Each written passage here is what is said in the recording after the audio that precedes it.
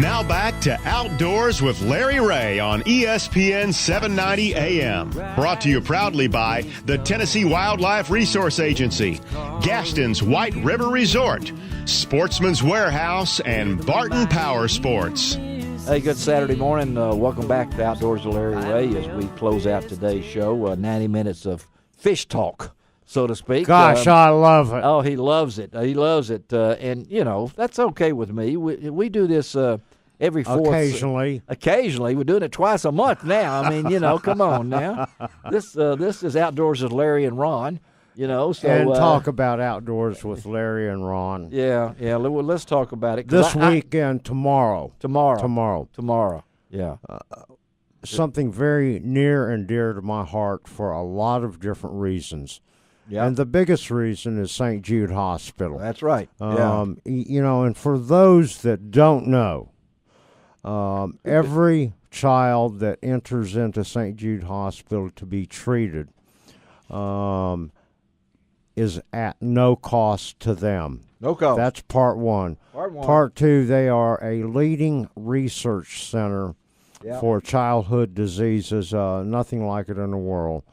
And I have to tell you, you know, anything that any of us can ever do to help them, we should. Well, we're doing it. We're doing this weekend. It's a weekend event now, the 44th annual St. Jude Bass Classic, and you guys know that how supportive we are on Outdoors with Larry Ray, and so we've got Rick Conklin in studio, and we got Gary Conklin. I mean, I'm getting all mixed up. I'm combining the two of them. Well, that would be something. That would be a dream. Okay, Gary Conklin and Rick Lesley. Gary is in studio. Rick is on the phone because they don't speak anymore. No, that's not right. These guys have been friends for a long time and have poured a lot of their heart into this event.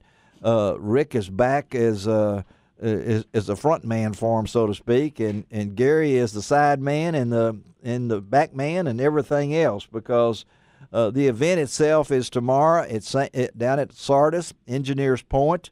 Lots of activities. They got some the music. Got some sisters coming down there singing tomorrow. Going to have some auctions. Going to have food. Humdingers. Hey, Humdingers is going to be down there. That's one of my favorite words, just like you, Larry. I know it is. Free and food. Well, let's talk to these two guys. Good morning, Rick. Morning, Larry. How you doing? I'm great. How are you? Do you guys, and good morning, Gary. Good morning in to you. Here. Let's talk about the lead up to this big event, because I know at midweek Rick was already down at the marina checking on things. This is not something that happens overnight, is it? Is it, Gary? No. Usually it starts about a month or two planning for next year. That's right. And some of the companies that we deal with and everything, they build a budget in the fall for the. Yes, they do. So that's the time you want to approach them about helping out in the event. And some of them don't care. They come and join us anyway, whether they built it into the budget or not. They'll be there. Maybe not in person, but monetarily wise, donation wise, in support of this tournament. It's always been that way. Strike King Lure Company, I've been in this 36 years. They've been in it before I ever got in it. In fact, me and Charles Spence was one of the starting persons of the amazing, tournament 44 years ago. Wow. And I know, Rick, you've been involved in this for a few years now, and what does the tournament mean to you? Well, from the standpoint of having 5 healthy grandchildren and knowing there's people out there that aren't as fortunate as I am, every time you go down there and tour that hospital, it puts a real perspective on what we do and why we do it. And I'm just grateful every day for the volunteers, Gary, my family, our friends, our sponsors, and the fishermen, because without all of these people together, this tournament wouldn't happen. And this is a tournament built around family, really. I mean, when it comes down to it, yes, it's a great prestige to win the thing, but it's also just to be part of it. I mean, you got guys that don't catch fish, believe it or not. There are some.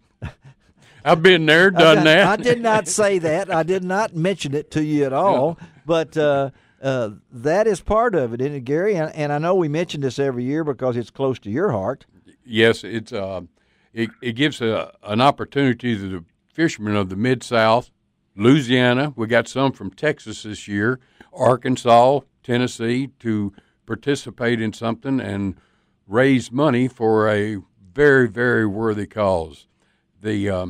It's shown by the Fishing for Kids program. Yeah, that's what I wanted you to ask, and for Rick to tell us a little about that, because you're talking about amazing. If that doesn't bring tears to your eyes, what these kids have done before they've ever put a boat in the water. 7 years ago, Dennis Morlock and myself talked about a Fishing for the Kids program. Mm-hmm. As y'all remember, we used to have boat shows, and we'd sell raffle tickets on an aluminum boat. Yes. We'd sell $10,000 worth of raffle tickets. Yep.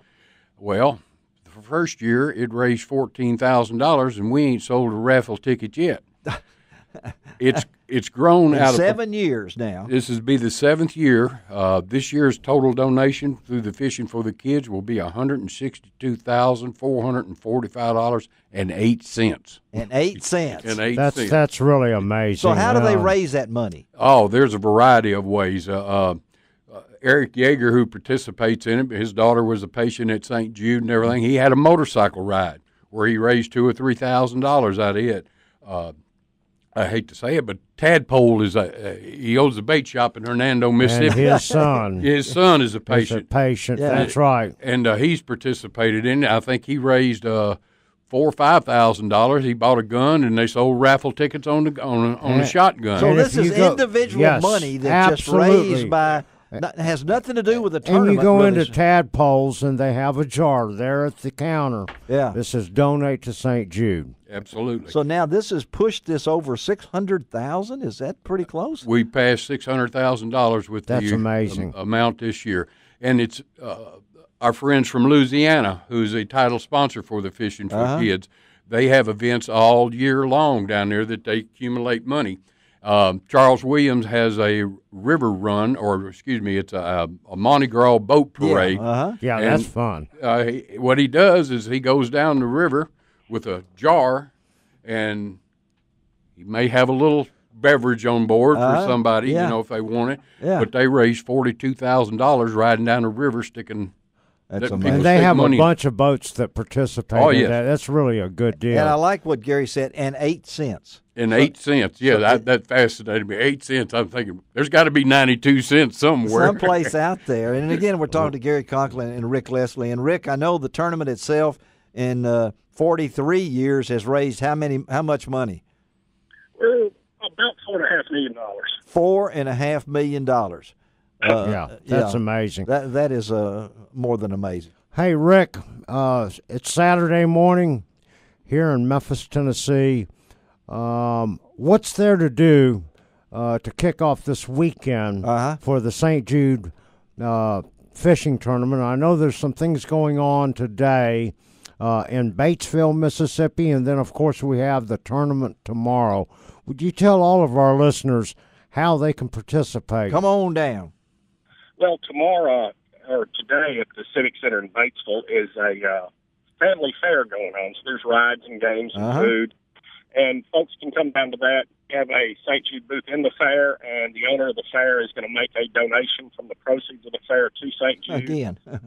Yeah. We have the check-in at the Civic Center from 1 to 4, so we'll have all the fishermen down there where they'll draw boat numbers and get all the information they need. And then Sunday, obviously, at the Safe Light, we're going to go fish.